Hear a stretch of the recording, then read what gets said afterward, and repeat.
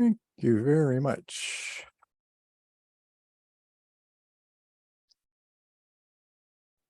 That's one of my all-time favorite prayers.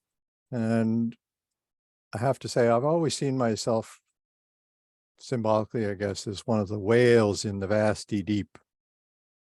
I'm not a lion roaring, but anyway, I don't know whether you agree with that assessment. We'll have a chance to talk about that later. Hello, Ingrid. We just did the prayer because you were a little behind the schedule. So anyway, so we're just about to start. I'm just going to give you a last set of impressions of Wilbur where he really soars. I'm hoping that you'll find this very uplifting. I want him to go out on a high note. And so I'm hoping that we have at least half of the class to talk about your impressions of what we've been through together. Anyway, so last time we ended by talking about the dynamics of how a new structure emerges out of nothing, seemingly. We first went through the emergence of the red structure, and then we quickly turned to the orange structure. But tonight, to finish that off, which I think is an exciting way to do it, we're going to talk about the integral structure. But first, the integral structure starts out as teal and then moves into turquoise as it matures. In the case of the integral structure, the same process as the one behind red and orange is gradually making itself known. Those integral worldview supporters who are clamoring for faster integral progress are, according to Wilbur, similar to those who, when orange individual freedom objects first began to form during the Renaissance, would run out into the streets and try to start a democratic revolution right there on the spot, simply because a few of them thought it was a grand idea. So I'm going to turn on the screen share. There are only a few tonight, but got to stick with my agenda. And I'm going to ask if Robert wouldn't mind reading the first one for us. For sure.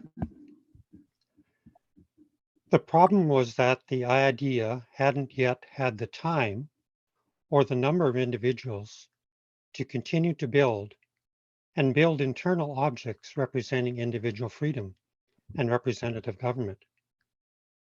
It would take hundreds of years for those ideas, those internal objects, to become fleshed out enough and elaborate enough and complex enough to be able to create forms that, wherever they were stored in the cosmos, would one day be able to reach right down and hammer the sensory motor world into submission.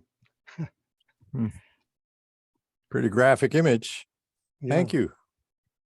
So although the integral structure has only raised its head into public consciousness during the last 20 years or so, Wilbur maintains that real progress is being made.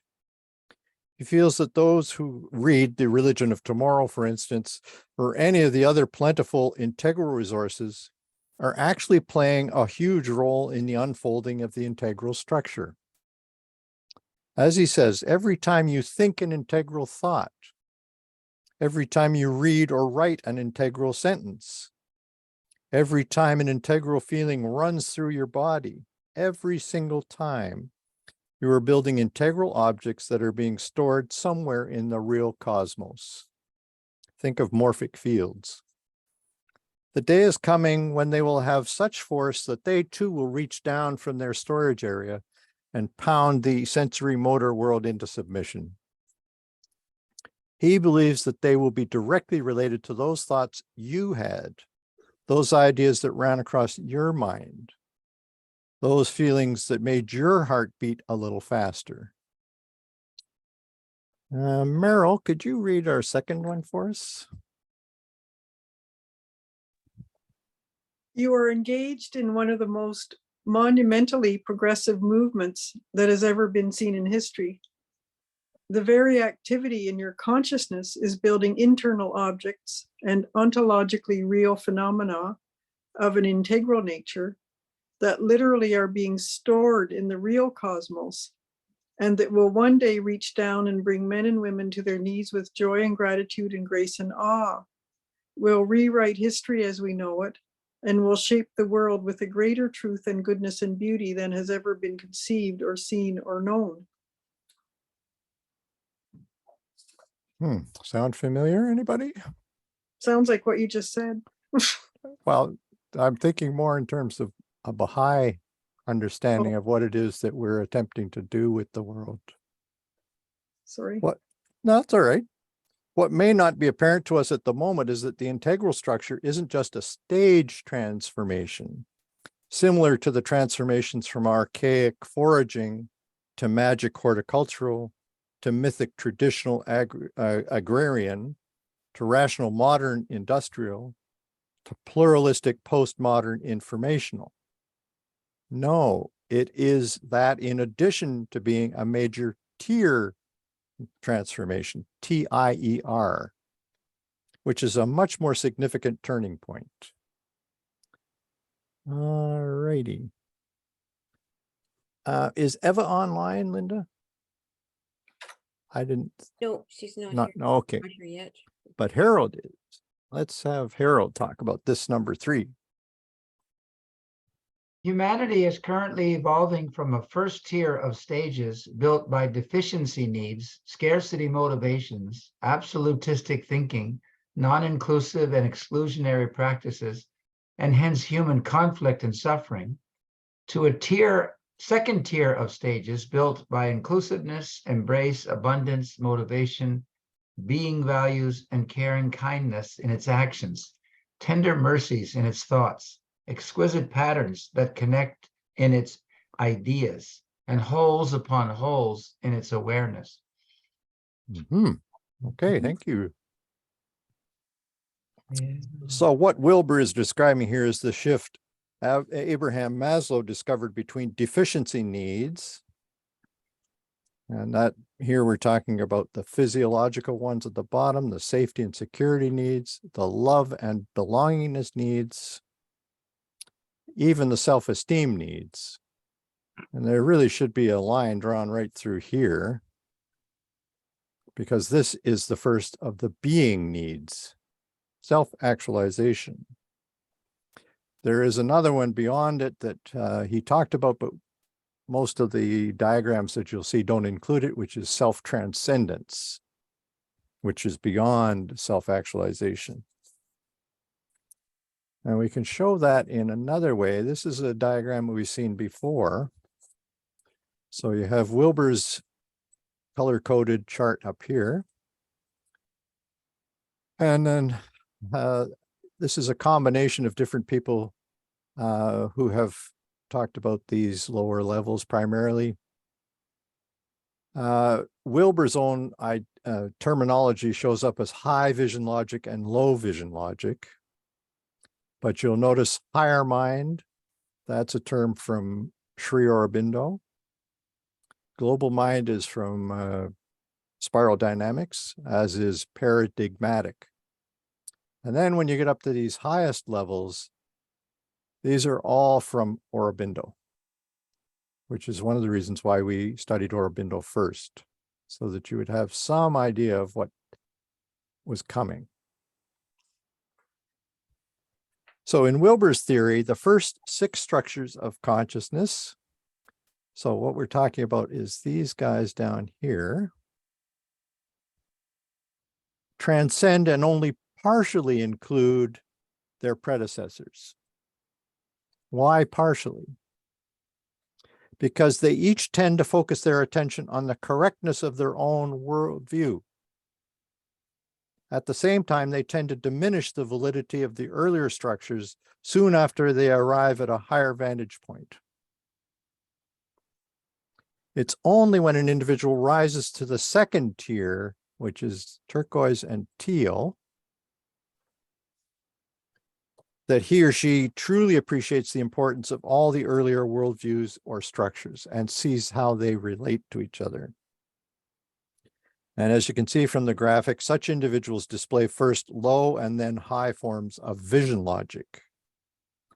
And you'll remember that term probably, but not have a clear sense of what it means. So we learned in class 7 that Wilber coined the term vision logic to describe a type of synthesizing and integrating awareness. A person who has developed vision logic, who has grown into the second tier, no longer limits him or herself to either or Aristotelian logic. He or she is able to include all the seemingly unrelated parts of whatever puzzle they are attempting to solve, and can see how they all fit together in a network of interaction. So when a person's center of gravity identifies with vision logic, he or she becomes a highly integrated personality, which Wilber describes as a self that can actually inhabit a global perspective and not merely talk about it. And of course, that's what we're all striving to do at the moment, isn't it? To actually live it and to encourage other people to try to do that same thing. So the continuation of the passage in The Religion of Tomorrow, which was our reading number 3, portrays a strikingly Baha'i-like future for humanity. And I was hoping Jennifer could read this one. That's number 4. I'll have to scroll it as you're reading. Attaining the second tier also enables individuals to imagine a future unbearably close to the fullness of being and the freedom of emptiness, where all sentient beings are treated with dignity, care, concern, and loving kindness, where people find the divine in their own deepest self and see spirit unfolding in every detail of the world around them, where human hearts all sing harmoniously in a radiant realm the vibrant songs of dignity, care, and brilliant luminosity, where human computer linkages serve not the everlastingness of the separate ego, but only the deepest unity of all humanity itself, indeed, all sentient life in toto, where transhumanism means not the end of flesh, but its radiant transmutation into supermind forms of gorgeous beauty etched into the cosmos, where suffering is a word that has lost all meaning, where torment, torture, tears, and terror are things of a world long past, where a radiant great perfection is the ground and goal of every sentient being in every realm, in every world, a smile of loving kindness etched on the heart of each and every one. All of the above, all of it, is the birthright of every being in every domain in the radiant cosmos itself. Ooh. Well, yeah, I've read that before. Powerful. It's Thank you, very- Jennifer. That was very clear. Hey. Gives you shivers. Oh, Mark, Yes, sir. we're gonna discuss this later, right? Yes, we are. Okay, thank Yeah. you. Hang on to your thoughts. Okay, so I want to wrap up my presentation of Ken Wilber's thought with a lengthy footnote, which is really a mini essay from his 1995 magnum opus, Sex Ecology Spirituality. I expect this will be of particular interest to the Baha'is in the audience. Wilber first contrasts the limitations of the current world religions with the features of the global world religion he sees swiftly approaching. Okay, so let's see who we got. Is Linda O'Neill on? No. I No, don't see it. okay. David Oak is though. So if you could do me the honor, number 5. It's an honor for me. Okay. Okay, and here we go. The great world religions, Hinduism, Buddhism, Christianity, Islam, etc., that still exist today all arose in the general era of mythic imperialism, and all of them remain clothed to some degree in surface structures and ethics that are 2 major technological epochs behind the times. None of those religions, nor the previous tribal religions, arose from within a global culture, and thus none of them can or will speak to the rising world culture, however important their specific spiritual practices are and will remain. Rather, as a global culture is created, and as its surface structures begin to be part of a common language, then from within that global culture will arise the new religions, speaking in part this global language, working within this common discourse, and pointing as well beyond it. The era when one specific religion, say Christianity or Buddhism, could move into a new territory or simply convert it by force of arms or force of truthful persuasion, has long gone. That the new religions will have roots in the previous religions, I do not doubt.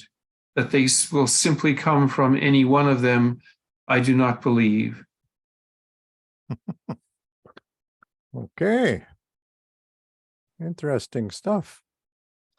He believes that the existing world religions are burdened with too much baggage from the past to be able to adequately meet the needs of 21st century humanity. Hangame, please. That's number 6. Take your time. It's got a lot of content. Thank you.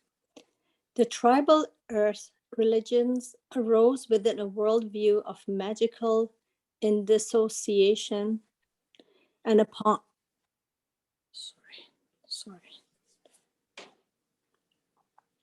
and upon a techno-economic base of wooden club and spear, with scarce resource of power, and bound together with only kinship lineages.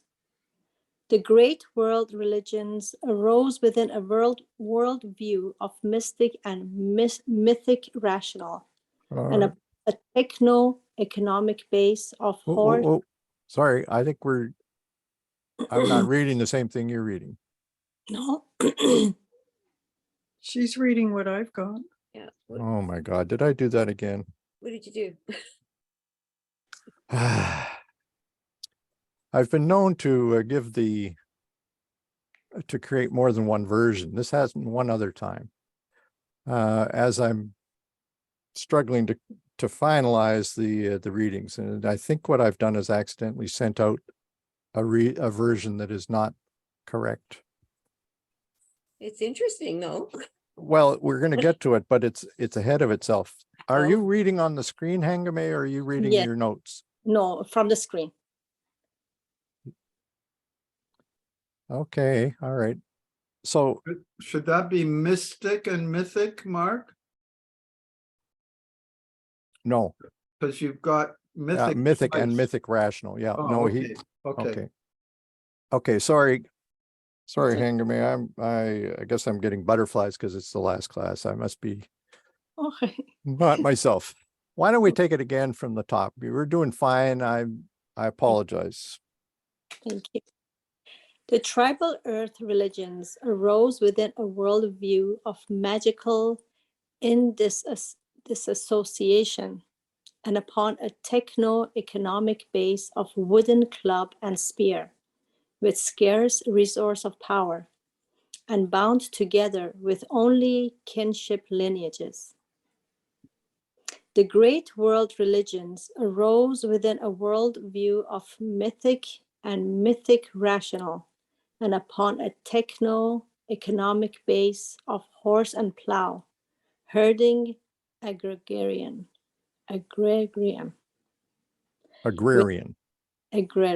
Yeah.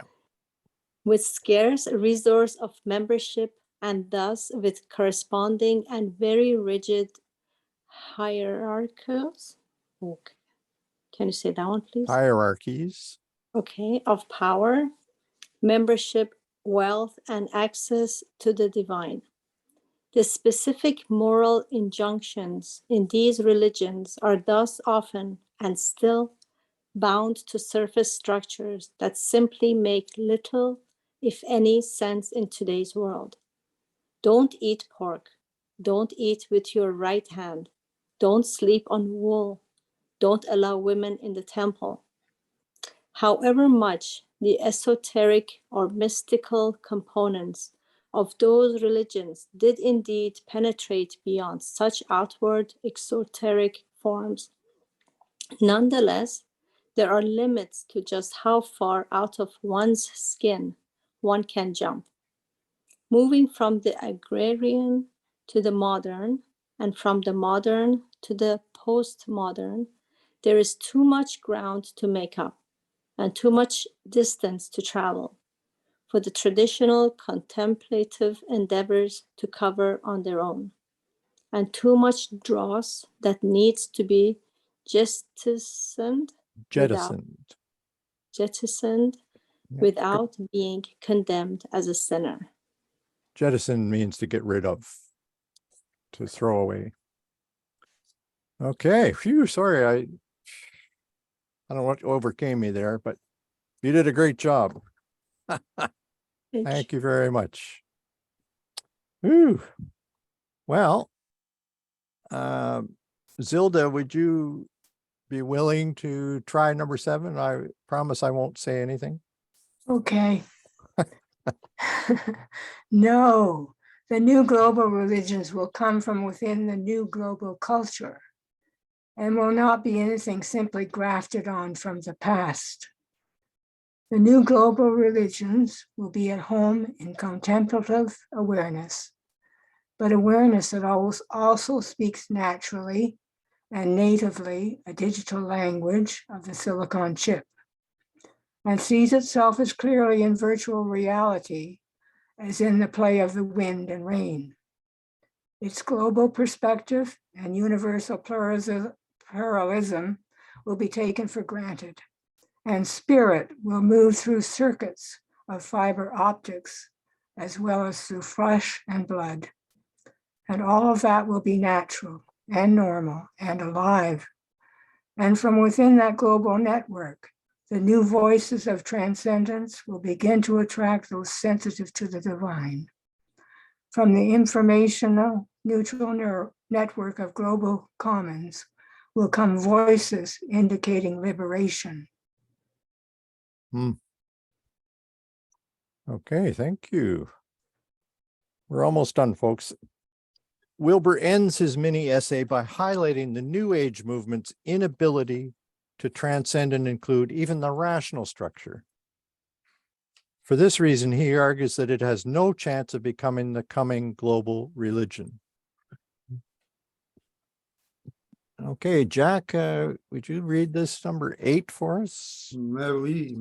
It's our last ever quotation. Oh, what an honor for me. Okay. Reading 7 continued. The various New Age movements claim to herald such a worldwide consciousness revolution. But as this book, Sex, Ecology, Spirituality, will make obvious, I think, these movements are insufficient. They lack any sustained vision logic of both exterior and interior dimensions. They lack a consistent technology of access to higher interior dimensions. They lack a means and even a theory of social institutionalization. In other words, they lack an all 4 quadrants analysis and engagement.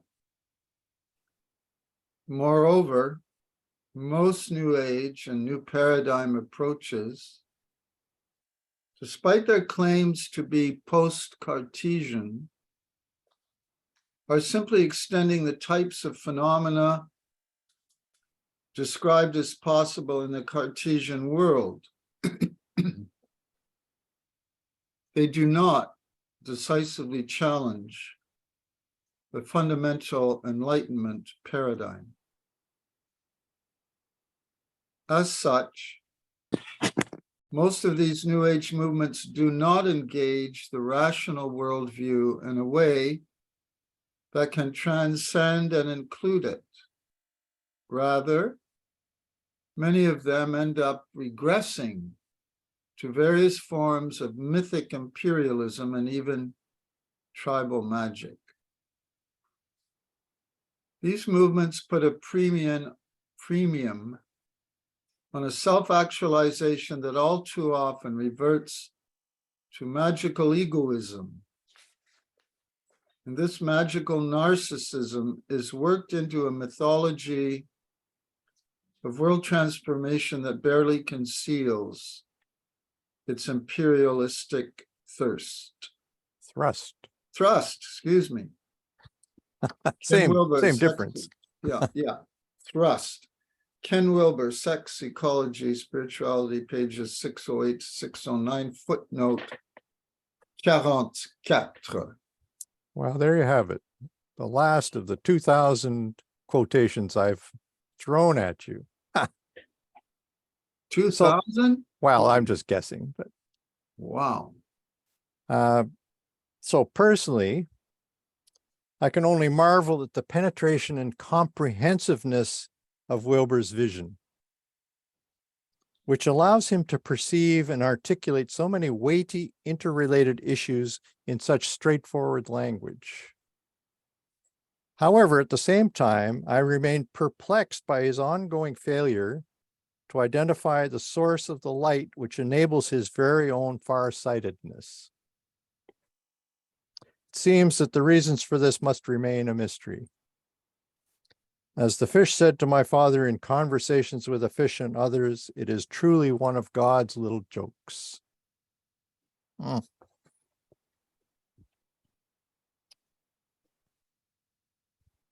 So there you have it, folks. The Arc of Ascent course has finally come to its natural end. I'm sure that none of you had any idea that it would take 2.5 years. That's September 30th, 2020 to March 15th, 2023, and 49 classes to lay out my vision of this fundamental concept. By now, you must be thoroughly sick and tired of listening to me drone on and on, week after week, month after month, year after year. It will surely come as a great relief to you to have your Wednesday evenings free once again. In closing, I want to tell you that I owe you my deepest gratitude for your unending patience and curiosity. Without the unflagging support of such an interested and interesting group of people, I would never have had the courage to consume and assimilate so many diverse, profound sources of religious and secular wisdom. Together, we have rubbed shoulders with many spiritual giants. The founder of the Baha'i Faith, Baha'u'llah, and his son, Abdu'l-Baha, the first of 2 authorized interpreters of his father's teachings. Ibn Arabi, the preeminent sheikh of Islam. Sri Aurobindo, the modern-day promoter of the existence and accessibility of higher levels of mind, particularly the supermind. The Buddha and his greatest exponents over the succeeding 2.5 millennia. And lastly, Ken Wilber, the master synthesizer of the collective wisdom of the East and West. What a journey it's been.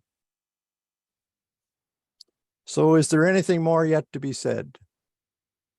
Of course there is. Having already summarized the first 3 parts of the course in class 1 of part 4, it is now up to you to have your say. Before I turn the spotlight over to you, however, I'd like to share one last document with you. It is an incomplete list of the main supporters and critics of Ken Wilber that I've collected over the years. Should any of you catch the integral bug, these would be a great place to start your own investigations. I guess I should bring that up. I shouldn't have closed right away. Here it is, the supporters. Okay, so we've mentioned some of these people a few times and others not at all. Supporters, Dustin DePerna, he was his greatest student as far as Wilbur is concerned. Daniel P. Brown worked with Wilbur on a very important book many years ago, but he ended up pointing out the Great Way. Mark Gaffney is a fairly recent colleague of Wilbur. He's written a book called Your Unique Self, which describes the reclaiming of your unique self on the other side of nirvana, which is a pretty radical idea. Paul R. Smith unpacked Wilber's understanding in his Integral Christianity, which is an excellent book. Steve McIntosh is a person we haven't mentioned before. He's dedicated himself to philosophy and politics. He's written 4 books that I'm aware of, maybe more since then. Michael Zimmerman has developed Wilber's thought in his 800-page book, The Integral Ecology, which includes a chapter having to do with an area of British Columbia. And Sean Esborn Hargens has done the same in the field of integral education. On the other side, you have, this is an interesting book, Ken Wilber in Dialogue, where he responds to 13 other transpersonal colleagues and their criticisms of what he was doing. Now that's a bit out of date now, but still pretty lively. Jorge Ferrar is an interesting character who is struggling to take the field of transpersonal psychology beyond Wilber. His works are very academic, difficult to read, but satisfying in some ways. He doesn't throw out everything in Wilber, but there are certain areas that he criticizes. Elias Capriles is a fascinating Venezuelan thinker who spent 5 years in Buddhist retreat in Nepal, I believe it was, and has written many books. 4 of them specifically are called the Behind Mind Papers, in which he criticizes Wilber's understanding of Dzogchen Buddhism, which is the highest end of Buddhism. I thought for a few minutes about adding him to this mixture, but it's way beyond our understanding, I think. And Jeff Meyerhoff offers us a psychological analysis of Wilber's beliefs in his book called Bald Ambition. Fascinating, actually. Now, Frank Visser, who wrote the largely friendly book Ken Wilber Thought His Passion, has since then amassed hundreds and hundreds of articles critical of Wilber on his website. So if you ever want to think that Wilber has it wrong in some ways, go to that website and take a look at what other people think. Anyway, so that's it. I am very curious to hear what you have to say in response to all these talks I've given over the years. One, as I was talking to Linda about it today, it occurred to me one of the things I should do is ask you to consider, why did you keep coming? Why? What is it that drew you? Can you articulate that? I would personally find it very helpful to hear some of your thoughts about that kind of thing. Does masochism count?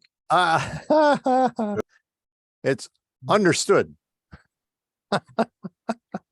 Oh, by the way, I should show you how this all stacks up now that we're finished. Here's the first volume. That was Arc of Ascent 1. This is Arc of Ascent 2, which was on Aurobindo. Again, look at the size. And then this is 3 and 4 together. Ugh, I don't think I could squeeze tonight's into this.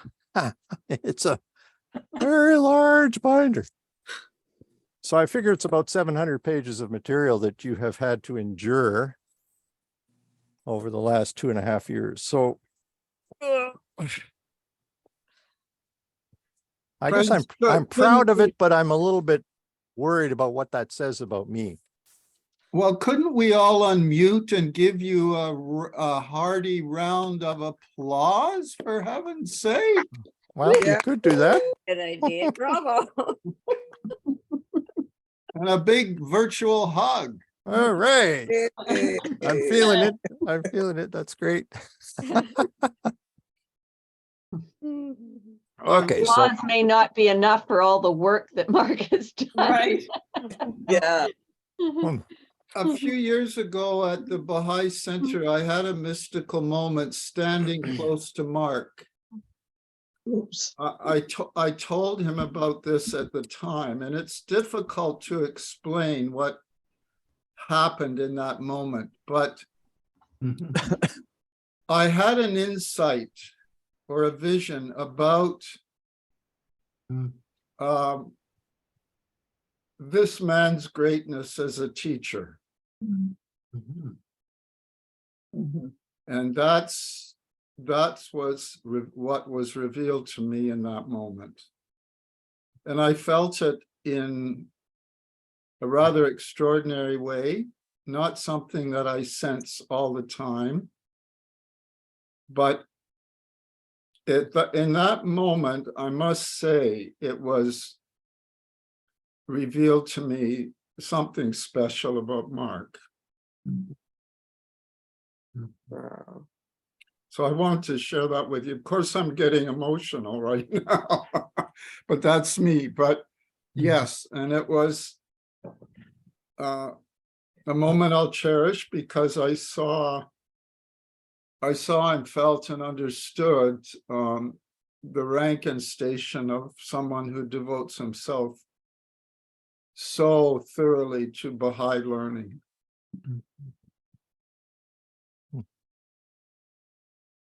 What do you think of that, brother? Well, thank you so it much, was Jack. very intriguing. It's very intriguing, Mark, and thank you so much. Why we come, I don't know, because it was intriguing. Was a lot of, there was few that I couldn't understand personally, but there is a lot, the comparison about the Baha'i faith and Buddhism, the 6 perfections about the Buddhism, about generosity, patience, courage, which is so much within the Baha'i faith. And to be part of the group, it was wonderful. And thank you so much. You're quite welcome. That was my pleasure. Very right. This whole thing came along at the really right moment. And filled, you started this way before COVID, but with the advent of COVID, these courses you've done, Mark, filled, we had a space in which to do it. And the circumstances of the last few years gave us a need that we might otherwise have been a little bit oblivious of. But it's just, you know, it's kept us going. Yeah. But I mean, think, friends, of the sheer duration of the courses. Yeah. You know, 2.5 years, Mark? How many years has it been, Mark? What, that I've been doing courses like this? We started back how many years ago? Yeah, we used to go to Remember. Jennifer's house. 2020. I did my first class of this type in Alaska in 1995. Yeah. But when you came here to Ottawa, we started out many, many years ago with Ken Wilbur and a brief history of everything. That's right. I can't remember what year it was because my memory's not great, but it was a very long time ago. I actually have a list of all the dates, so if you want, I can share that with you. That would be great. I mean, there's some of us that have been loyal supporters for I know, it's unbelievable. Joey and Alan and Jack off and on. Yeah. Well, Jennifer, I can remember going to Mark's courses at your house. Mark, I wish you would make a list of all the courses that you've taught over the years. I have it. Out. Yeah. I can send that to you tomorrow. All the courses that he's taught? Yeah, he's been doing this in Ottawa for a long time. We just didn't know about it. Yeah, many, many years ago. Yeah. Some of us are that old. Some of us are that old, and here Joey and Alan have moved since then, and they're still coming back. And The constraint at doing it at Jennifer's house was that it could only hold so many people. So it had to be a small group. But the lovely thing, as we had the Baha'i Center and then as we have Zoom, is it could expand so much. And what I've enjoyed, not only the ideas that Mark has brought new ideas that has always fascinated me, but the discussion amongst all of the participants, so the great synthesizing that you've done, Mark, has just been further enhanced by all the different perspectives of this remarkable group of people. So Amen to that. that's why I've kept coming. And although it's usually past my bedtime when this course happens, and sometimes I have to listen to it the following day, but it's just always been such a something to look forward to, this night of having my consciousness and mind really expanded, week after week after week. For me, it's been like you've given us this 2,000 piece puzzle. If you think it's 2,000 quotes, this huge puzzle, and you've assembled this puzzle of all these nuggets of information for us. And we've been able to follow along as you presented this picture. I could never do much with the puzzle pieces all on my own, but you've laid it out for us so beautifully. So thank you so much, Mark. And in my defense, lateness is not usually a quality of mine, as anybody who knows me. It took me 25 minutes to get into the Zoom call. The link wouldn't work. And I tried it on my telephone, and I was in for a few minutes on the phone, but had no audio. And then I had to reboot my computer. And so I eventually got here, thank goodness. Amen to that. I'm very happy that you did make it. Wow. So you were the TTC person or whatever early on, I guess. I was, and I had no audio in that. On my new telephone, I had no audio. At least I knew the call was going on, so other people were getting in on the link. So at that point, I decided to reboot, and the rebooting took a little time, but it worked. Well, I'm glad you persisted, I have to say. Technology. Yeah. Oh boy, challenges everywhere. Mark, for me, I think one of the things that, in addition to the thirst for knowledge, which we all have, was I wanted to follow you in your mission. Like, I was fascinated by your spiritual journey, which was all about discovering these great spiritual authors and presenting them to us. And I knew that this was so much part of your own personal spiritual search and discovery and fulfillment. And so for me, it was fascinating to, not only was I curious about all the new material you were presenting like everybody else, but I wanted to accompany you on your journey of learning. That's nice. Mm-hmm. Really nice. Well, Robert, you got your hand up there. What's on your mind? Well, thank you. I've got a lot out of being only this last segment. So I'm just got a thimbleful of the deep well that you've been drawing from. But it's really been exciting for me. I'd like to describe that a little bit.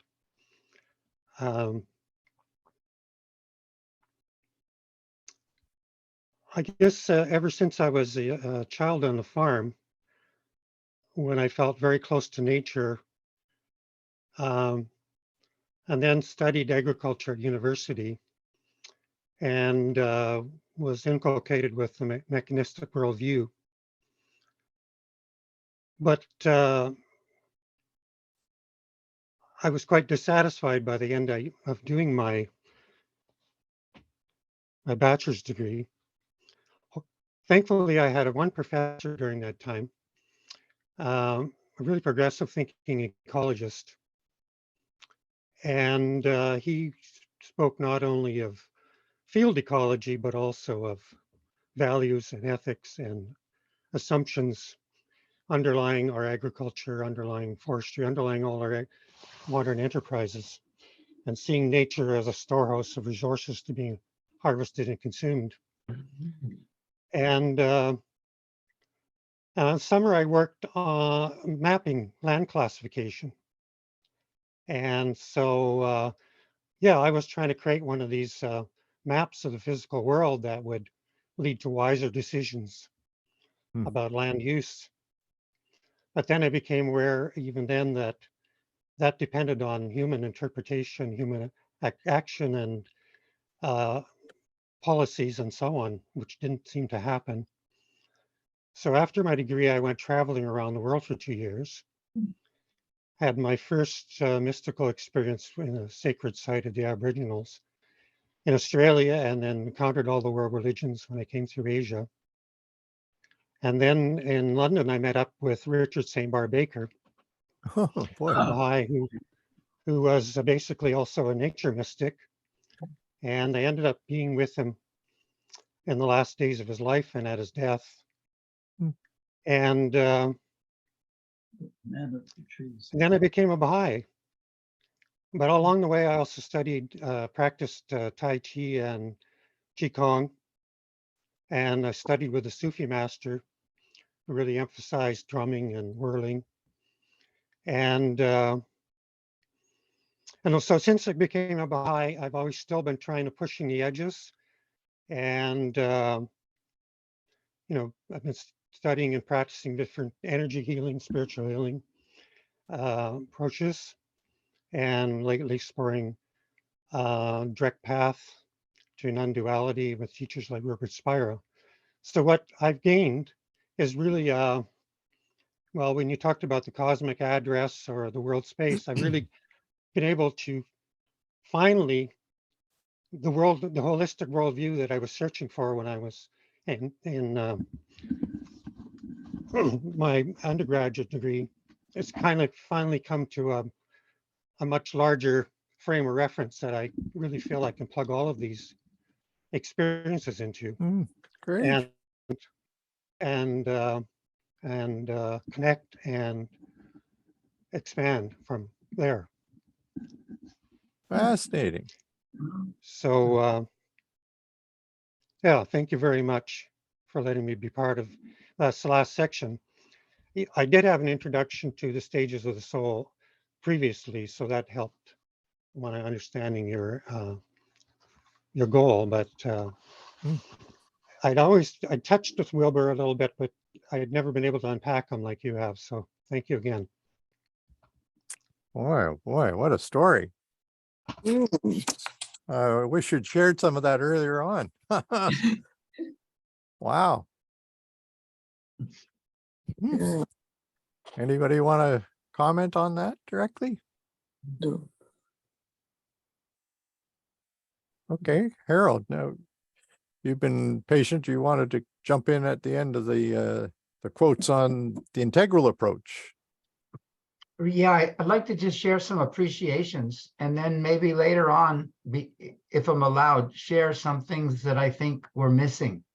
What I really appreciate about this course is you've selected what I think could be called systematic spiritual thinkers, very systematic. So looking at Ibn Arabi, for example, and Aurobindo and Wilbur, these are people who are trying to say it all in a way. And you looked at them very, very thoroughly, and you've sort of focused on key quotes, key concepts. You've commented on those concepts. You're giving us lots of charts. You're helping us connect the dots of very systematic spiritual thinkers through the ages and how it interfaces with Baha'i understanding. So that's been fantastic. I mean, I never saw such a, it's a very ambitious project. And And it also clarified for me what I thought was missing from the specific systematic thinkers. And I admire these types of systematic thinkers. I think there's some, for example, Maimonides, for example, in Judaism, or the pseudo-Dionysius figure in early Christianity, or Chu Si in Chinese thought. These are very systematic thinkers, or Nagarjuna, which you touched on. There are certain types of thinkers in various traditions that really, give you an incredible developmental, worldview, spiritually oriented. So it makes a perfect kind of interface with Baha'i understanding, trying to look and see how all these things build on each other. And anyway, so that's what I've appreciated. Your selection powers and elucidation powers of very, very systematic minds and hearts through the ages. That's been fantastic. Later on, if we're allowed to say something we found missing, I'd like to talk, but let's just keep on the positive note, as long as possible. Okay, everybody, that's your cue. You got to talk a lot. Okay, Sai, take it away. Oh, okay. Yeah, I just wanted to throw in a couple of thoughts. I was lucky enough, Jack actually referred me. I was helping with his upcoming book.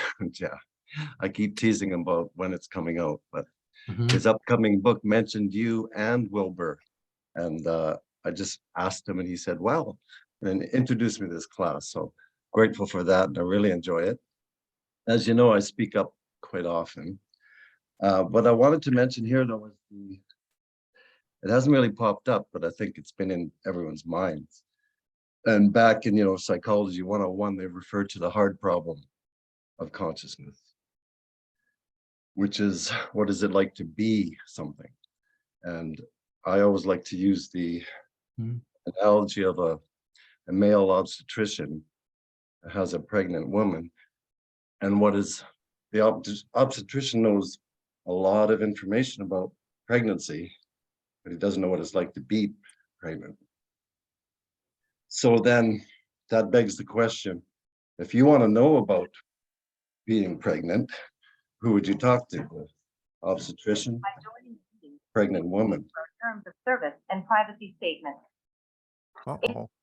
Sorry, was I saying something illegal? No, I think not. Well, it sounded like I was interrupting someone's privacy.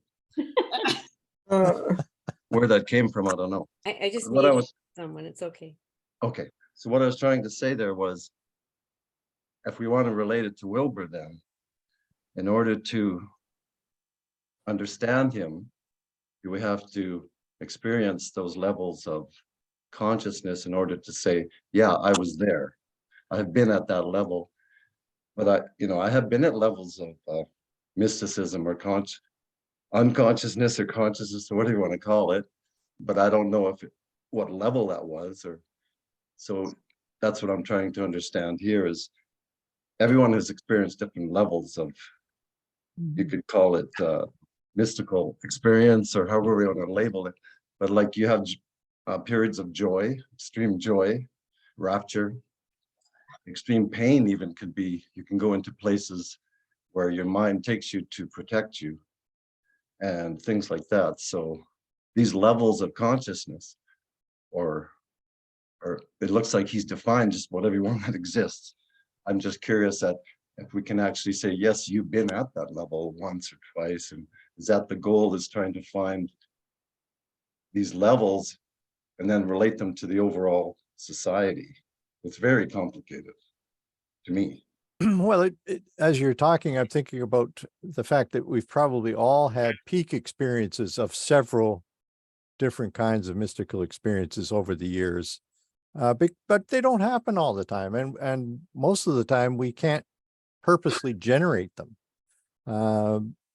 So, and nobody talks about them very much. So it's, I think, very helpful to have somebody who has looked systematically, as Harold says, at all of the different traditions to this point in time and tried to develop a classification schema to Right. give you a sense of where to place these things. And then the next time you go and visit, then you can start to check against the descriptions that you can find to see whether in fact that really is where you were or whether it was something slightly different. Right. So But it I gives think- you a roadmap to place things on. Right. But I think the first classes I attended, you were saying Wilbur meditated 12 hours a day for like, I don't know, ever for a long time in order to, and he was also put on to some types of monitors where they could read his Brainwave. Yeah, his EKG machine showed the different brain waves that he was able to and those display. directly related to the levels he was at, basically. So that's how they could measure it. But in order to do that, you'd have to have his level of meditation skills, which would take a lifetime by the sounds of it. Probably. But I don't think that's necessarily the goal for us. And that wasn't what I was hoping people would take away. But the idea that there is a bit of a map there now. Sure, we've got to work out further details, but it's a place to start. So that we can actually relate to something that other people have experienced, maybe from different traditions. It doesn't matter that they're from other traditions. What's the commonality here? And having established any kind of commonality, then you can approach people in that tradition and talk to them as an equal. All of a sudden, barriers disappear. The ones between the exoteric religions disappear when you're talking about those kinds of experiences. And I think the only critique I would have, if any, I don't want to critique Wilbur because it's fascinating, but the concept of God doesn't get addressed very well, at least from a Baha'i standpoint, because it doesn't fit in my understanding of the holons and that, because it can't be described in my mind. So it doesn't get addressed as far. I'll leave it at that. Thank you very much, Mark. I really enjoy it. You're welcome. And I would say God is not a holon, not part of that structure at all. Totally outside of it. In the divine essence. Yeah. Anyway, Meryl, you've got the floor here. Yeah, I wrote out a page. I don't know whether I should read it or that's too long, but the page was my general thoughts, which was mostly gratitude and why I'm grateful. And the second is a perspective on what Wilbur contributes. Do you want me to read that out? Maybe you could be selective. Okay. I mean, it was extremely well written. It was the kind of piece of writing that any professor would love to receive. Very articulate, very well structured, clearly thought out, relevant to the nth degree. I could go on and on, but maybe what I could do is I'll share that. If you wouldn't mind, Meryl, I'll share that with people because I think they'll find it quite interesting. Sure. So I'll send it tomorrow. And I had a typo in it. There was a typo. Okay. A typo in paragraph 3. Okay. I'll check for it. Yeah. So I was talking about how grateful I was and how, and I love the format and stuff, and you can read that part. And then, and how okay, so, and I love the part about the perennial philosophy, and you'll see that when you get it. Then it wasn't until the last class on semiotics that I found myself getting really bogged down and wondering what on earth Wilbur was trying to say. Therefore, I decided to do a summary for myself of what we'd covered in class over these 12 classes, thus reminding me of the content we had covered. I just reread that summary, and now finally this 12th class is making sense. And then, and I liked that the course helped me to see what Wilbur was attempting and not attempting to do. For example, anyway, you can read all that. Okay, so, but a perspective on what Wilbur contributes, and this is what came up. Maybe I'll read that whole part now because I think it's relevant to what we're discussing. Okay, go ahead. Yeah, so it's what was confusing me in class 12. Part of the difficulty I experienced in the 12th class has to do with an intuition I'm beginning to have around the role of personal embodied experience in the spiritual path. That is, I begin to sense that if we merely get interested in the map so as to be able to properly enter the territory, we are starting from the wrong place. And this doesn't mean that, anyway, you'll see. Yes, we do need the map, but this is in order to interpret our experience. That is, the master, the right brain, embodied lived experience, sends out the emissary, left brain, rational inquiry, to bring back needed information to the master, embodied experience, as described by Ian McGilchrist in The Master and His Emissary, The Divided Brain and the Making of the Western World. I believe what needs to be our primary focus is our experience, i.e. our aware experience. A simple farmer may be closer to God than a pundit or guru if he has been living close to nature and listening to the wisest within him. However, we also definitely need pundits and gurus, and Wilber's thought is definitely needed. Lately, I've been reading a book called Spiritual Envy, Finding God in the Faith of Others by Barbara Brown Taylor. She is a Christian writing about her teaching of world religions at university and reflecting on the experiences of her students as they meet the spiritual experiences of those practicing other religions. Frequently, they thus are inspired to deepen their own experiences of God. In terms of my own spiritual experience, I have been helped by practices such as centering prayer, Lectio Divina, and lately the process of inquiry and meditation from the diamond approach. A spiritual path emerging from a synthesis of Buddhist, Sufi, and Christian mystical traditions with depth psychology. These practices help me move past my ego, my cultural conditioning, and constructed reality to what they call pure essence, what the Christians call the image and likeness of God, or what Jung and Schwartz call capital, self with a capital S, or higher self. They help me hear and discern the voice of God within my own experience, the voice that nudges us away from getting off track or closer to goodness and virtue, the voice of our conscience. So there, the farmer has that as much as a pundit does. Okay. However, Wilber addresses a crucial hole or lack in our current Western consciousness that doesn't permit us to clearly see and experience this aware experience, but rather lets people get into all sorts of preoccupations and debates and doubts and fights that don't help us to grow up and to wake up. Here, I think he has done a tremendous service.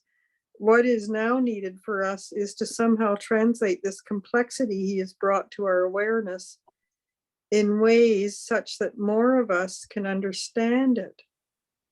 We need to work with his insights and clarity in ways that we can all come together in our common humanness while also growing up and waking up.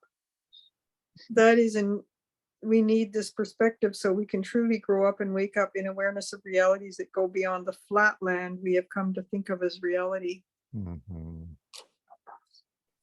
Yeah, that's a great summary.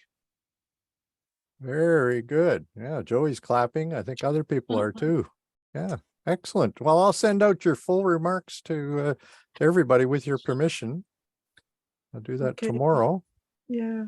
I think they'll find them very interesting. Okay, Lisa, what do you have to say? Well, it's just very simple, but I wanted to say that you really helped me understand where Wilber is coming from, the vastness of consciousness, and the endless work available to us to purify ourselves and to work our way up the levels to expand our way of seeing the world from egocentric on up to the ultimate all-embracing God level, which we will never achieve. And I wanted to say how much his way of seeing parallels so much of the Baha'i vision, so many similarities just with different names. And I also wanted to say it has me thinking about levels and the levels of consciousness, and thinking how you notice them in kind of everyday situations. And I was thinking, I noticed a painting of the Magi and thinking that, oh, that represents the magical state. And I thought, oh, cool. You know, it's there's so many levels that everything fits into, and it's really helpful to have heard about that. It really clarifies many things. So I just wanted to say thank you for all that. That's It's great. terrific. It's great to hear situations where you actually are applying these ideas to your own life. That's, to me, that's the big takeaway. What use are you going to make of all this stuff? Right. I mean, I don't care if you remember all the details. My God. But what was actually useful to you personally? Right. How has it changed you in any way? That's a tough one, but Right. so that was a good comment, Lisa. I appreciate it. Oh, thank you. Okay, so I'm thinking it's David that wants to talk here rather than Belinda. Yeah. You know, I had something to say. I don't know what actually I'm going to say, but first thing I would like to say is that I have stuck to this course, first of all, largely because of you, Mark, and the kind of person you are. And you know, I have never experienced before in the Baha'i community anything like this. You may have done this, you know, these courses in the past, but you know, this is the first time that Belinda and I have ever experienced it. And it's, you know, as the saying goes, it's like a breath of fresh air or whatever, you know, and you know, and it means a great deal to me because, you know, this may sound rather egotistical, but I rarely have come into any kind of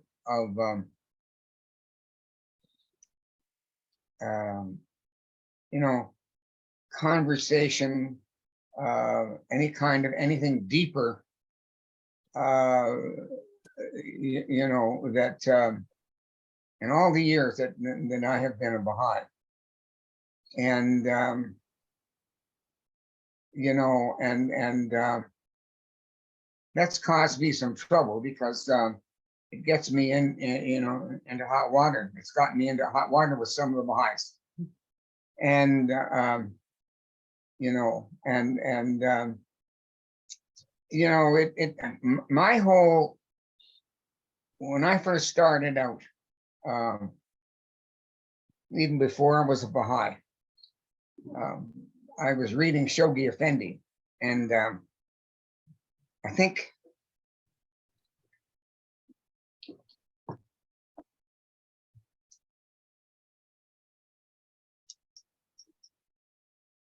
I got my vision, you know, that has lasted of, you know, not just of the Baha'i faith, but of the revelations of both the Bab and Baha'u'llah from Shoghi Effendi, and like in the world order of Baha'u'llah. God passes by, you know, and as difficult as he was for me to read him, nevertheless, he spurred on my whole imaginative vision. And it's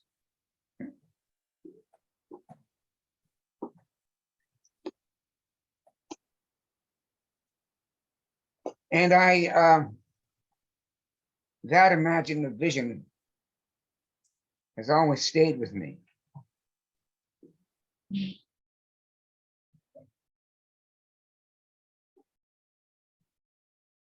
You know,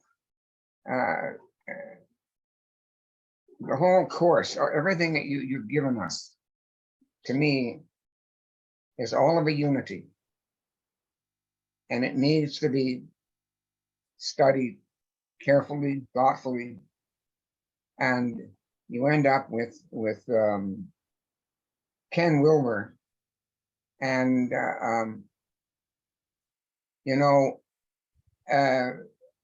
he, I think, he's had his own vision, a vision of humanity, of that wholeness that we don't have yet, and you know, and his whole system, and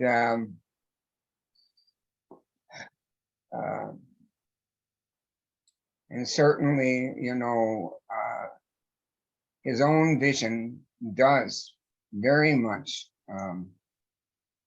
match, you know, with the whole purpose of I think the revelation of Baha'u'llah. And but you know, I've gleaned a lot, not only from you, but from, you know, someone who's not a Baha'i and yet has an understanding of unity that even many Baha'is don't have. And so, you know, we have, as I see it, a long way to go. A long way to go. But in the end, it will be absolutely glorious. Absolutely glorious. And Yeah. you know,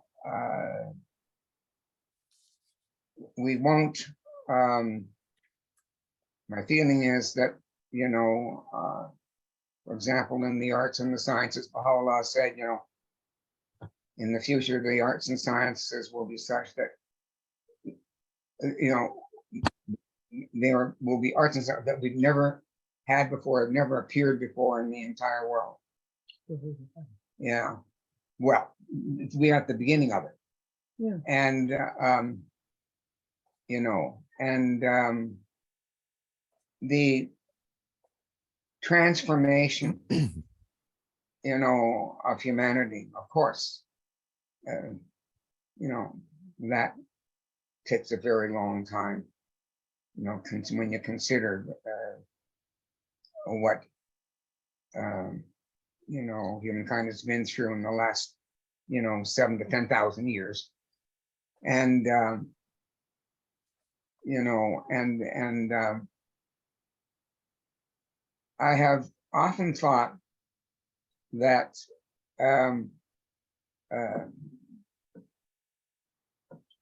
that the universe is waiting for us to complete ourselves. And once we do that, everything will become clear with regard, you know, both to ourselves and to the universe itself. And you know, I just, anyway, the thing is that I just want you to know, and Linda as well, you know, that and everybody who's been in this course and stayed the course, that I very much admire all of you, and you're very special, everybody. Thank you very much, David. Wow. Not quite sure how to respond to that. One of the questions that comes from what you were just saying, though, is you're talking about the need to study further what we've presented. And this raises a question that I've discussed with Bill a little bit. What do I do with those 3 binders? How do I make that available to people beyond this group? Not for self-serving reasons, but just because I think it's important that they be exposed to other world religions. So Bill is saying that I know he's going to be giving a talk on Friday, so he's saving his voice tonight, but he's saying in the chat here that he and I have talked about putting the talks that I've done on DVD. So that offer still stands. That's one way to do it. I thought if we were going to do that, I would probably put the full text of my remarks and all the images, etc., on that DVD as a supplement. Some people like the video presentation, other people would prefer to read it. So I think we need to accommodate both learning styles.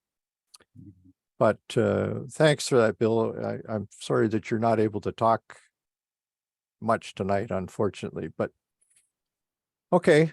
So Jack, what do you sorry. Go ahead, Belinda. You wanted to follow up on that. Greenacre, the Wilmette Institute.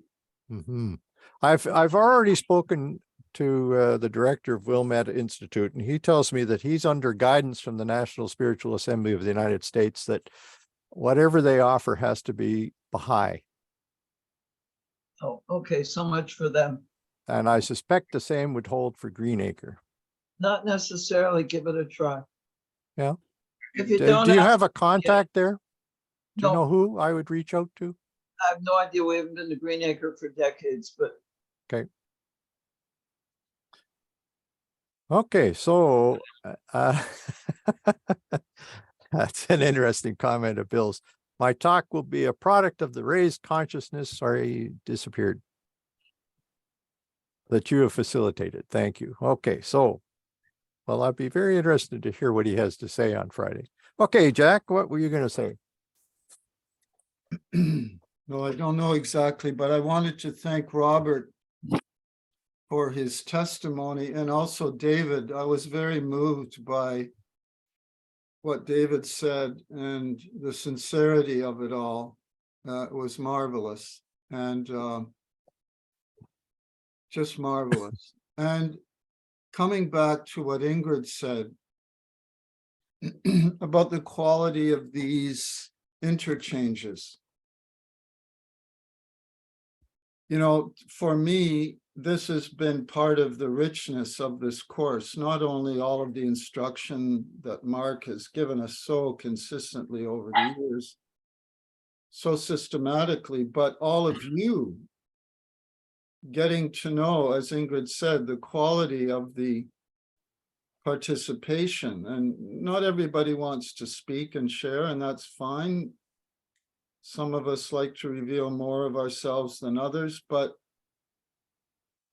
to the extent that we do reveal ourselves to one another, I think this builds community in the very, very deepest sense of the word. And I agree 100% with David that this space is very different and very complementary of the Baha'i activities that we active Baha'is experience in the Baha'i community.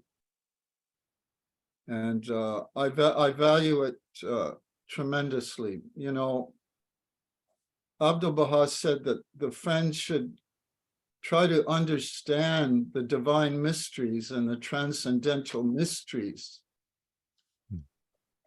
And I think that's what we've been trying to do all of this time. We've been, you know, like Jacob on the ladder, trying to climb up rung by rung to break into new levels of consciousness and a new awareness. So I just wanted to again, thank not only Mark and Linda, but all of you. Each one of you is so special for helping you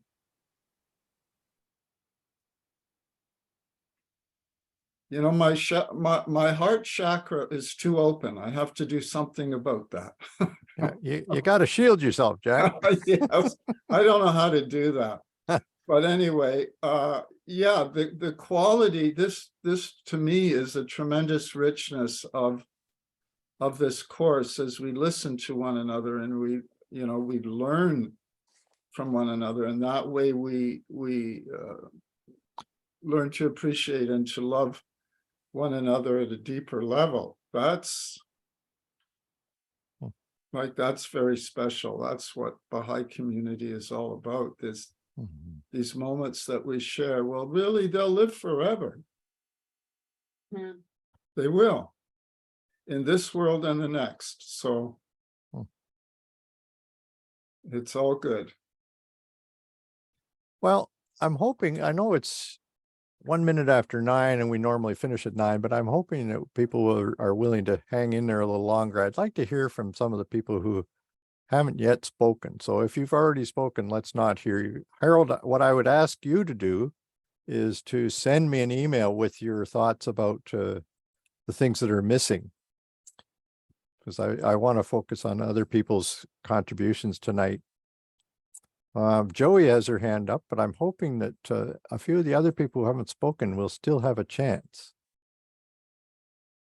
Who wants to go? You go ahead. Yeah. When I opened this week's readings, I had to smile. Okay, he's just brought it all together, and now I don't have anything to say because it's. but what it makes me very sad that that Wilmette won't look at these sort of course because they're exclusively Baha'i or not exclusively Baha'i, because from the very beginning, not just this course, what I've taken away is learning about the faith, that in all of these religions and traditions, they have helped me grow my understanding of the Baha'i faith, that where I saw things so clearly through a different faith's eyes, and I understood something about that was from the Baha'i writings in a way I never saw it before. And I found that again and again, and I looked at the readings when they came for class 13, and I thought, well, he's done it again. He's done the writings out. And so thank you so much, both Mark and Linda and everybody else. And Jack, you shouldn't make me cry like this. Well, Mark, I honestly was looking forward to what Harold was going to say, and I think. Oh, okay. Well, if other people don't have things to share, then yeah, we can turn it over. Let anybody else who wants to share. And I'd be disappointed if Harold the Pilgrim, our latest pilgrim, didn't have his say tonight. Okay, fair enough. We'll hold him in reserve. If you've still got time, Harold, you don't have another class that you're running off to tonight? No. Give everyone a chance who wants to say something, please. And if I don't get a chance, I don't get a chance. That's okay. Yeah. So I'm looking at Margaret, I'm looking at Jennifer, I'm looking at Danielle and Alan. I know Bill's got a problem. Nina's already spoken. Zilda would be great to hear from. So would Hangame. Heather. Yay, Margaret! Yeah, I know. Hey! Out here. It's still late. and maybe that is something I need more of, is some light. Mark, I really enjoy parts 1, 2, and 3 more than my encounter with Ken Wilber. And I found him very set on Ken Wilber, that his experience and his ideas and were everything. Now, that said, I haven't read his enormous tomes. I've read one of them, but I found that I kept thinking the ego was in the way, and I had a difficult time with what he had to say. That's just a reflection of maybe I just need to encounter more of what he has to say. But the other thing that I am thinking is that the knowledge of Islam, or what that would bring to my understanding of the Baha'i faith, and sort of fleshing that out would be interesting. It's unfortunate at this stage in my life. I probably don't have enough time to do a lot of that, but there's still days and days. So learning more.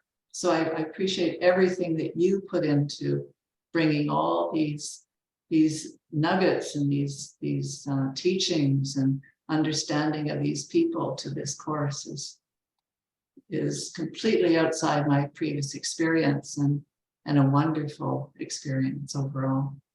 Thank you. Thank everybody as well for bringing in everything. And yes, I'd like to hear what Harold has to say as well. So, okay.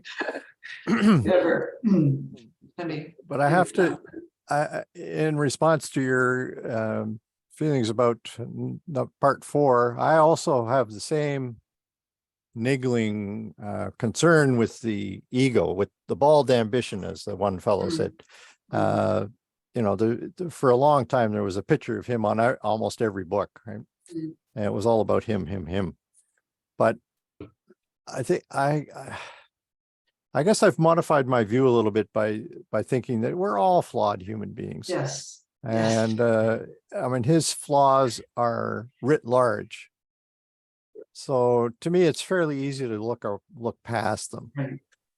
But in your case, it wasn't so easy. So that's unfortunate. But I would still say that there are parts in his writings that make it worthwhile to persevere. Anyway, I don't want to belabor it, but I've come to that conclusion. I've read a lot of the criticism, for instance, which I didn't share with people tonight or any other night. And some of it I agree with. So, but he never said that he was going to be the be all and the end all. He felt his was sort of a first step in the direction of a unified view of spiritual consciousness. And I think he's right about that. He's a trendsetter, but that does not mean that he's written the final word about any of it.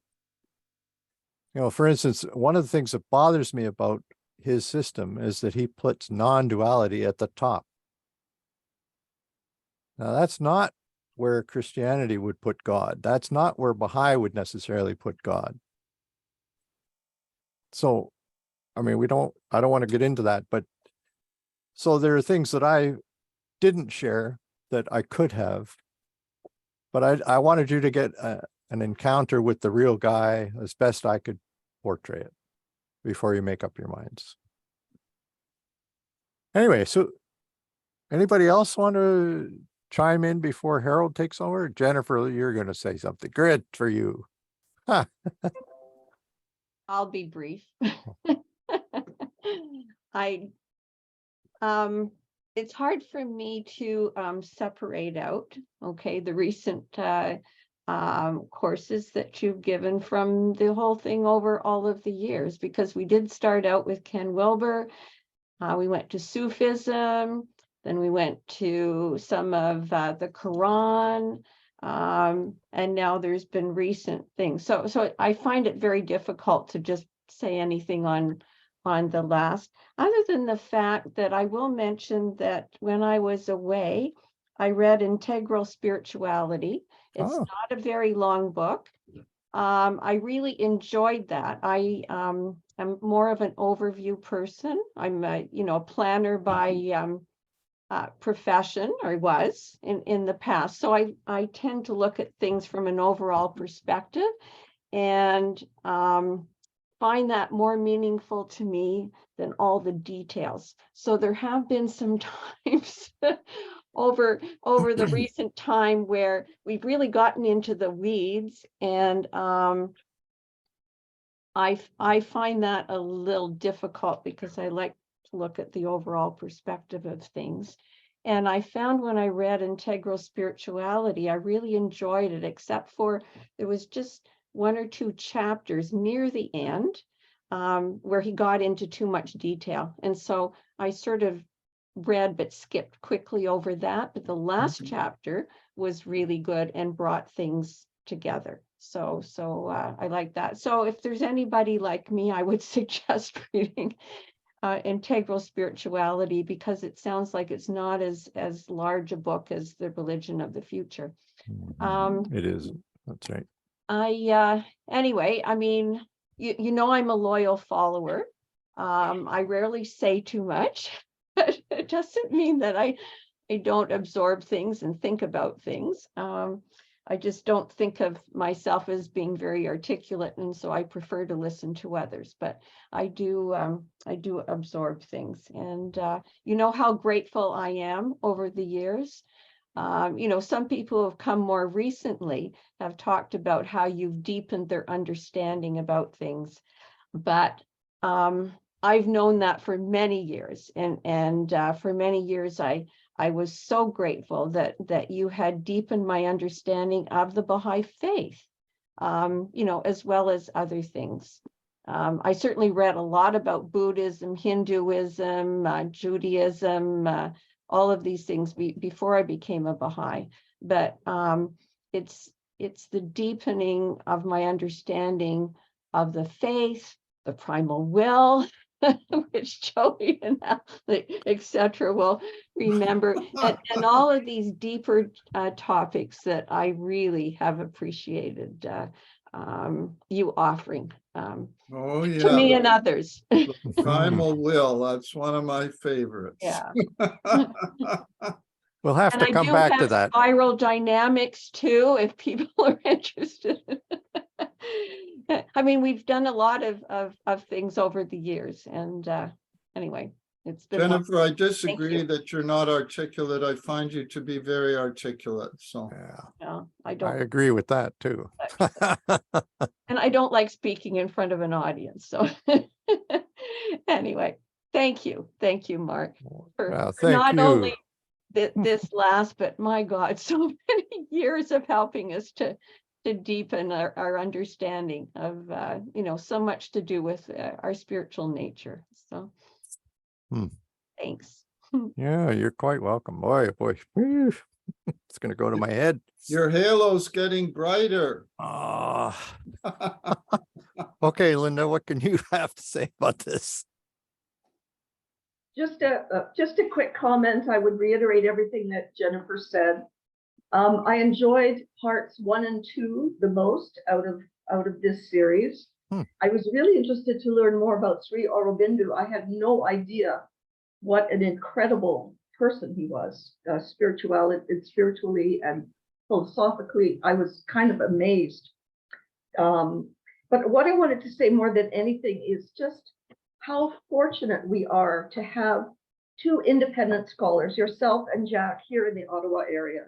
It's just wonderful. It's just such an incredible a resource. It's just so nice to just think that you're here and all the things that we benefited from that both of you have done over the years. And I'm very glad that Zoom has made it possible for you to expand your audience, because it certainly deserves to have a wider audience. I'm sure if more people knew about your courses, there would be, you know, very broad interest. So thank you so much, you and Linda there in the background. The pilot. Speaking of which, I wonder what the other Linda has to say tonight.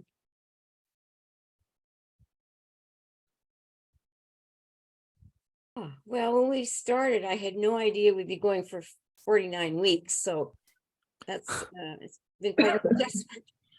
And for a while, I kind of I still do long for the days when we were at the Baha'i Center and could be together in person, because that was wonderful in its own way. But Zoom has really allowed us to continue through all kinds of weather, to have people from as far away as Belize. I think that was our furthest participant. So in the end, it's turned out to be a fantastic resource, and it really fits in with one of the readings that we just read about this new reality, seeing itself in virtual reality, as clearly in virtual reality. Well, he's waxing on here, as in the play of the wind and rain. It's worked very well for this group, I think, and possibly more of it with more of an intimate feel than there might have been in a busy Baha'i center with lots of other things going on. So the sharing's really been wonderful. And I guess the only other thing I have to say is for many weeks I've thought that Mark was sharing too much information. And I often wanted him to keep it simple. And it kind of reminds me of the story about Mozart, who was told by the emperor that he was performing for that there were too many notes. And he replied, just as many notes as are necessary, Your Highness. So I'm sure that's what Mark feels. It was all necessary. So I guess it's our job to sort through what's important to us. Well, you were giving me a hard time not that many minutes ago about having another night's talk that I didn't include about Wilbur. That's true, because there was one more handout and I read it and it was great. So there's just so much to say, right? Where do you stop? Anyway. But you're similar to Jennifer in terms of okay, that's enough. I got the picture. I was going to say, from the past, those of us who have joined you in the past know that the courses end up longer, much longer than it was no surprise. This is true. Anyway, I'm sure it's obvious to everybody. It was a labor of love, and yeah. Mark, as resource people, I want to mention how much I've learned from David and Belinda over the years. Those two are a very valuable asset to our community. I've known David and Belinda, I think, just as long as I've known any other Baha'is, and I have learned a lot from those two. So I want to express my gratitude to them also. Thanks, Jack. You can't. Oh, you did. Thank you, Jack. 50 years or more. Whoa. Yeah. Okay, it's the last chance for those who haven't had a chance to speak, and then we're going to turn the thing over to Harold. Anybody, any takers? I would like to say thank you I'm very grateful for all the classes you've put in. You've put your heart and soul into these classes, and we feel it and we really appreciate it. Thank you. It's my pleasure. It really was. Harold. Okay, Harold. Thank you as well. Oh, Danielle. Very much for opening what I would call this incredible panorama of the levels of consciousness and inner meaning, and having made us think and feel. So thank you. Oh, beautiful, beautiful. Well, Harold, okay, tell us what you think is missing. Yeah, briefly, while I was on pilgrimage, I had a dream of a chart. My dreams are very boring and abstract and philosophical, but so I had started to outline a chart before I went on pilgrimage. And it was adding some things that I thought were not on Wilbur's charts that needed to be somewhere because they're part of reality. And I wake up and suddenly I have 6 pieces instead of 4. You know, he has 4 quadrants, and there's 2 more I would add. And so I have sort of a hexagon or a circle with 6 equal pieces, like 6 pieces of pizza. And the missing pieces, so to speak, could be named in a lot of different ways. What you could simply say God, or you could say the kingdom, or the manifestation, the realm of the manifestation, or the realm of the primal will. So all of those higher spiritual realities, I don't think show up very well on the quadrants. And then on the physical side, there would be the macro sciences. In other words, the science of the whole universe, including dark matter and things that are beyond just the global sciences or the sciences of Earth. So I think Wilbur is emphasizing individuals inside and outside and the collective inside and outside. But Mark, you had said earlier something like, he doesn't seem to be aware of the source of light. Okay, that's what I'm talking about. On the spiritual side, the source of light could be named in thousands of ways, of course, but also the whole concept of revelation is missing. The idea that we human beings cannot evolve or over the ages without something like revelation. That's the stimulus for evolution. So that's the idea of progressive revelation, or the idea of God helping humanity as an educator, stimulating us with the word of God. Those kinds of concepts are completely missing in Wilbur.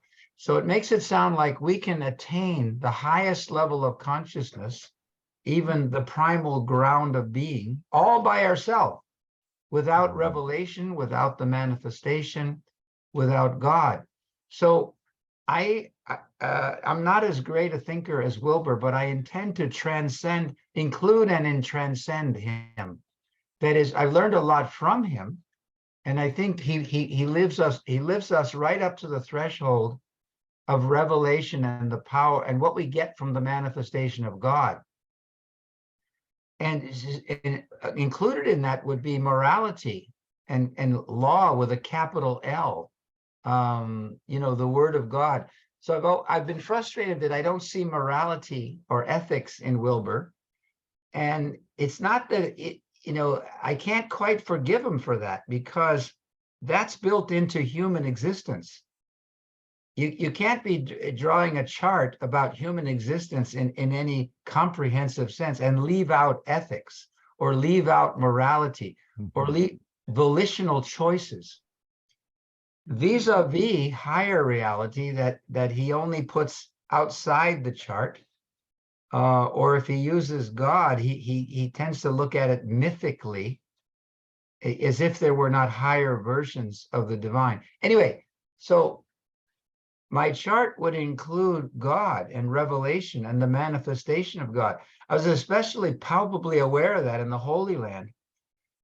There was a being there that came into the earth and transformed our understanding and gave us the means to transform the earth. That's revelatory power.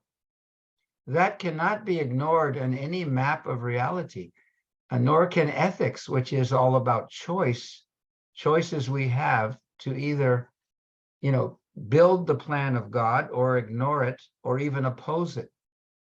So I thank Wilbur for leading me to the threshold of a couple of things that I think are missing, that are in the Baha'i faith, palpably in the Baha'i faith.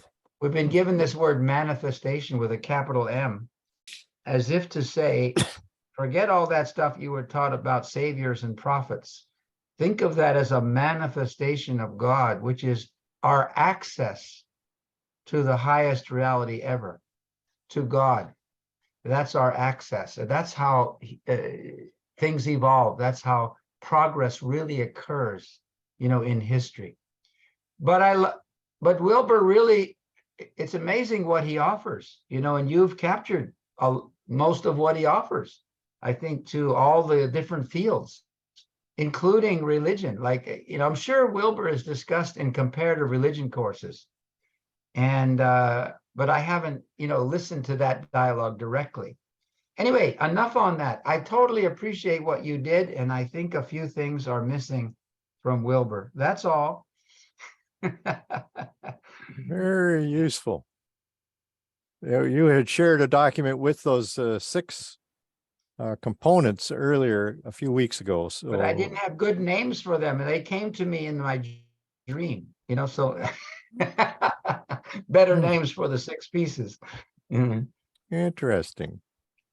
I just wanted to comment quickly on what Harold said. Yeah, maybe those dimensions go away from the page and towards the page instead of 2D. Then you're talking 3D. Just thought I'd throw that in. Very good insight. Yeah. Yeah. Wilbur, I think, sees himself like John Shelby Spong saw his role for Christianity. Which was what? John Shelby Spong saw himself as a new Martin Luther who was going to remake Christianity. And I resonated to what Margaret said. I think there is ego involved in Wilbur. I'm not judging his soul or anything like that, but for me, and so he sees his role as an integral philosopher, as somebody who's synthesized all of this material from so many religions, psychologies, including sociology, like you name it, he's been there. This is extremely ambitious. Maybe he's pulled it off and maybe he hasn't. It's interesting that academia has largely ignored Ken Wilber. I'm not sure why that is. They're not taking him seriously. And as Mark, you pointed out, he's got his critics, because when you make these broad generalizations about things, which he must do as a synthesizer, you're necessarily going to leave something out. And he's been called out for that. Now, what disappoints me, and I should say I got more out of Mark Keedwell and you folks than I got out of Ken Wilber, I think, to be honest with you. I got more out of Mark Keedwell and all of you than I did out of Ken Wilber, I think. That's not to say I haven't learned anything from him, but I think I've learned more from Mark and all of you. But it's beyond me when he says things that sound like virtually they've been copied out of some Baha'i writings. Why this man has never mentioned the Baha'i faith.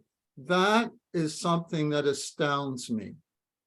And I'm not sure what the reason is for that, but it really astounds me that a man of his intellectual capacity and his voluminous reading would not have known that the Baha'i faith fits into the goals that he's trying to attain and not mention it. Like, this is like one of the mysteries to me. It really is. I have a question, Mark.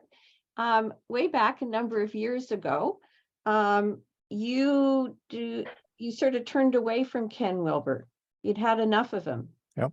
And yet you included him in the study more recently, and just sort of why there was that turnaround. And what what you thought he could give us that that brought you back to him again. Well, I got, as Margaret was alluding to, I got a little fed up with the ego, and I was also reading a great number of critics of his. And so the more of that you entertain, the harder it is to embrace him. I literally set him aside for 5 years or so, and it didn't do anything with him at all. But started following some of the other people who I mentioned in that list that I gave you, and found that I was still intrigued to see. I didn't feel like I had plumbed the depths. And then when he put out this new book in 2017, I thought, well, let's see where he goes with this. And so I read it with great interest, and felt that there was a more complete statement, a more fully fleshed out statement of where he was coming from than anything he'd written before. And so it seemed to fit in terms of the course. It seemed like a natural capper off. And I really was interested for myself personally to explore Buddhism in a fairly in-depth way. And because he comes from that background, I figured that he would be a nice capstone to a section on Buddhism, which I know people found difficult in a lot of cases because I went into too much detail. But I guess that's the part where I really was personally involved. I wanted to know for myself, what does Buddhism have to recommend? How in the world is a Baha'i going to teach the Buddhists? That still to me is a tough question. I'm not quite sure yet how I would answer that. Don't you feel that because of his whole orientation towards Buddhism, maybe that's why he's, we've all said, well, he doesn't have the, the dimension of the deity or whatever, because he may, after all those years of his Buddhist practice and everything, that's been a deterrent from going further in terms of his thought. Yeah, and maybe that's a deterrent in terms of his knowledge of the Baha'i faith or whatever, because the other religions he may have looked at or established religions, and so he would look at them in a more kind of comparative way or whatever, but the Baha'i faith would take him further. And if you don't have that aspect of God in your head, then maybe you turn away. Yeah. My own sense is that his perspective on Christianity and Judaism is an adolescent one. That this is something that he dispensed with when he got interested in Buddhism and Hinduism. So he feels like he's grown past them. So he's always dismissing them as mythic and, so many stages back in history. Well, that's not true of all the Christians alive. I mean, we've got Meryl as an example, for instance. I mean, she's light years beyond what he's talking about. And there are many, many thinkers who have written books that are beyond the mythic version of Christianity. This is raising a question I had too when he was talking about mythic and like the red and amber and all that, because like Australian Aborigines have a really deep wisdom, even though they're etc. Like, I'm not saying this right, but you know what I'm trying to say. Yeah. Like, well, I think there's a deep wisdom, whether if you're a hunter-gatherer, you could still have deep wisdom. And I think I was getting bothered by that. Well, his Wilbur Combs matrix helps to explain that, though. So if you're way down at red or whatever, you still have access to the subtle and to the causal and to the non-dual realms every day of your life. So it's quite possible for you to be exceptionally wise and be at the red level. Okay, right. Okay, maybe I didn't get that. Okay. Well, that's all right. Yeah. But I don't know if that answers your question there, Jennifer, about why I set him aside. And then I think this will be the last time I ever do anything on him. But I feel like I've done him justice. You've done a great job. It's been a lot of work. I said to Linda, I think I've read 10,000 pages to prepare for this course. And I'm serious. And other people get paid for this kind of stuff, and you're doing this all gratis. It's true. We're hoping you have a great spiritual boost. because you're not getting the material boost. Well, that's one of the rules. I mean, if you are given anything in terms of insight, you have to share it if you want to get any further insights. Right. Yeah. So that's what I'm doing. Anyway, so Belinda, you had your hand up there. Hi, just wanted to comment about the indigenous religions coming to the fore.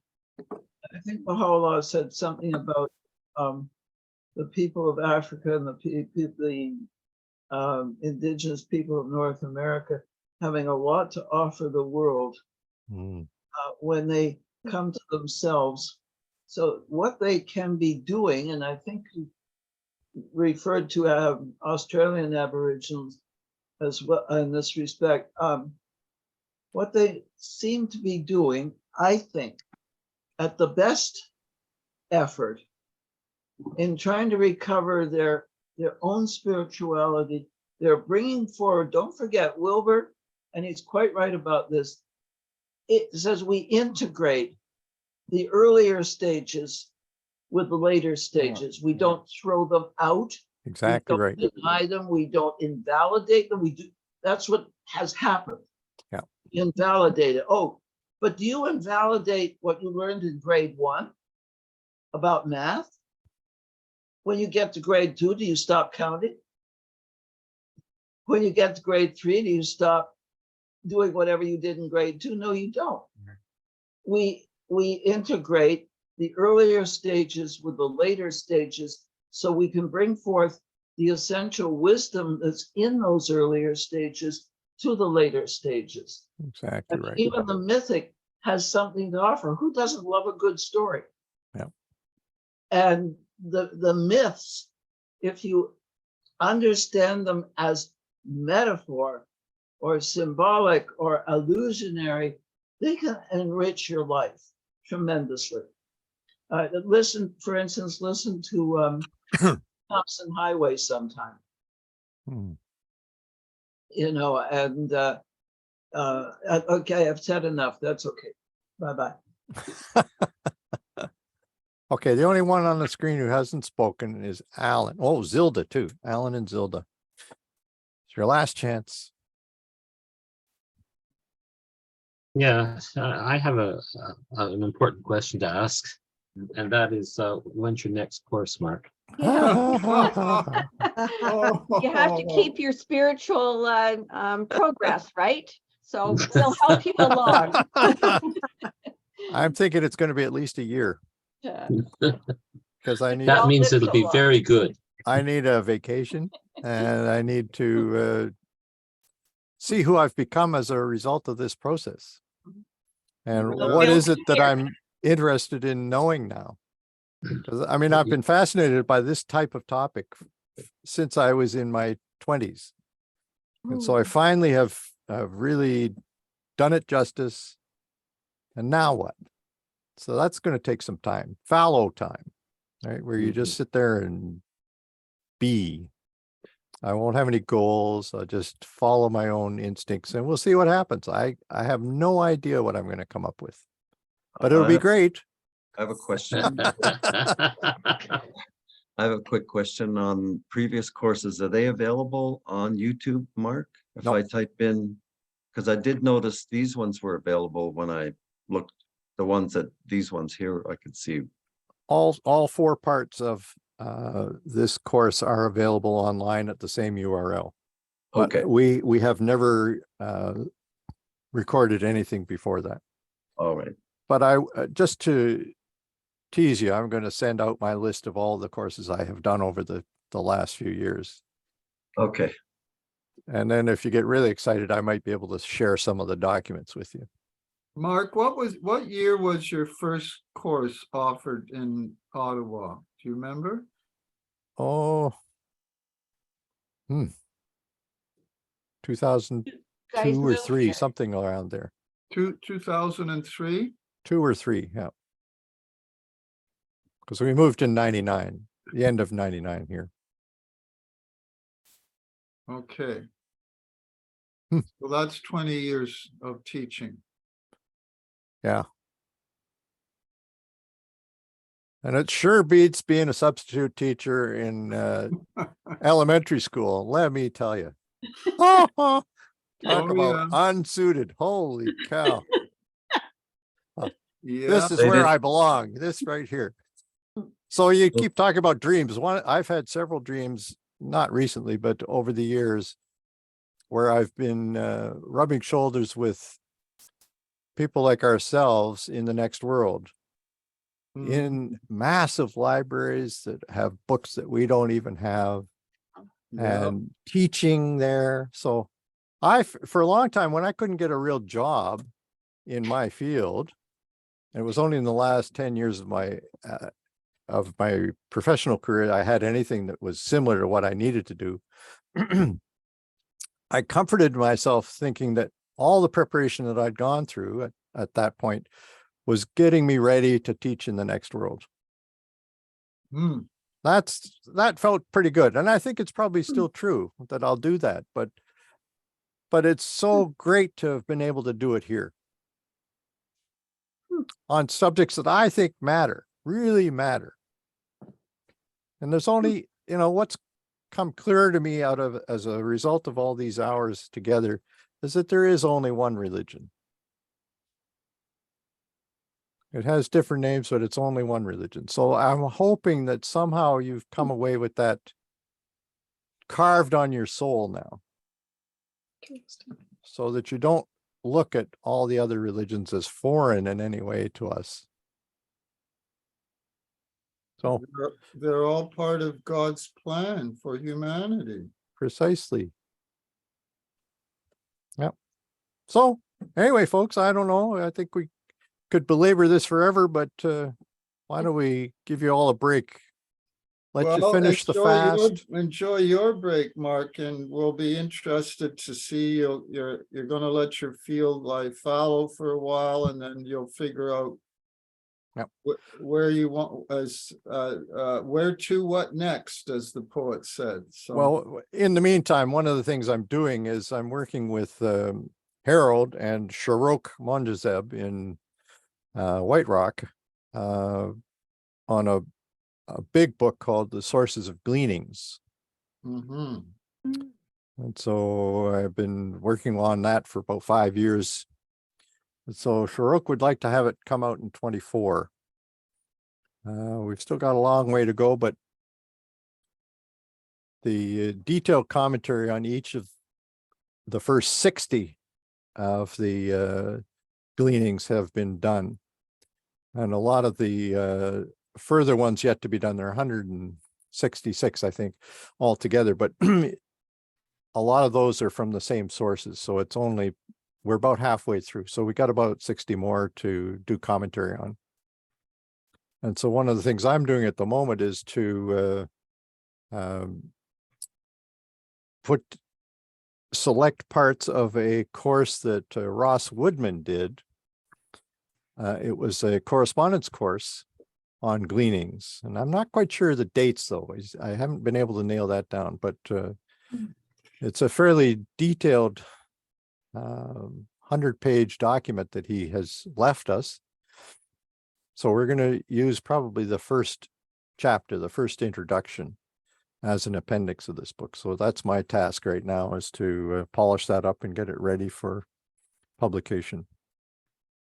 Anyway, so Mark, can we hear from Zilda if she wants to? Well, I would love to hear from Zilda. She's been ducking away. Hey, Zilda. She has to unmute to begin with. Oh, there you go. There you are. There. I certainly appreciate all the effort and work you've put into bringing us all this information. It's been astounding. And although I don't claim to understand half of it, I still am appreciative for you opening my mind and making me think in different ways. So I certainly appreciate it. And all the comments of people, even though I don't comment myself, I certainly have appreciated all the discussions. And then I passed this video on to Suzanne, who doesn't want to stay up late to do this. Oh, yeah. But then I regret that she's missing all the comments and the discussion, which to me is very, very interesting. Well, we've included a lot of the comments, I think, Oh, all the have way you? through this part Well, of the course. I I don't know forward about, each one on to her when it's sent to me, so hopefully she does. yeah, Anyway, thank you so much, Mark. It's been you're great. quite welcome. I really enjoyed having you in the class. Okay. Well, shall we do it? Shall we pull the plug? It was great. That's the end. See you next year, Mark. Well, we'll be seeing you in the real world too, Mark, which is, I'm looking forward to that. Yeah, that would be great.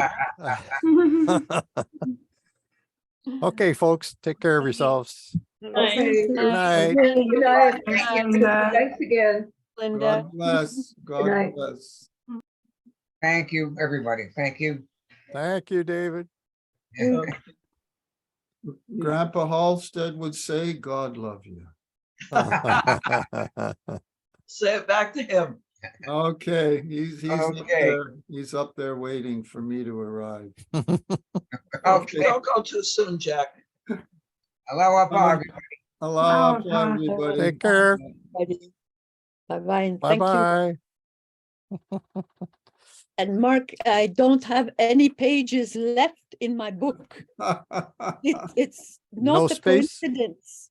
It's like the Hungarians say, coincidence doesn't exist. It's just that God is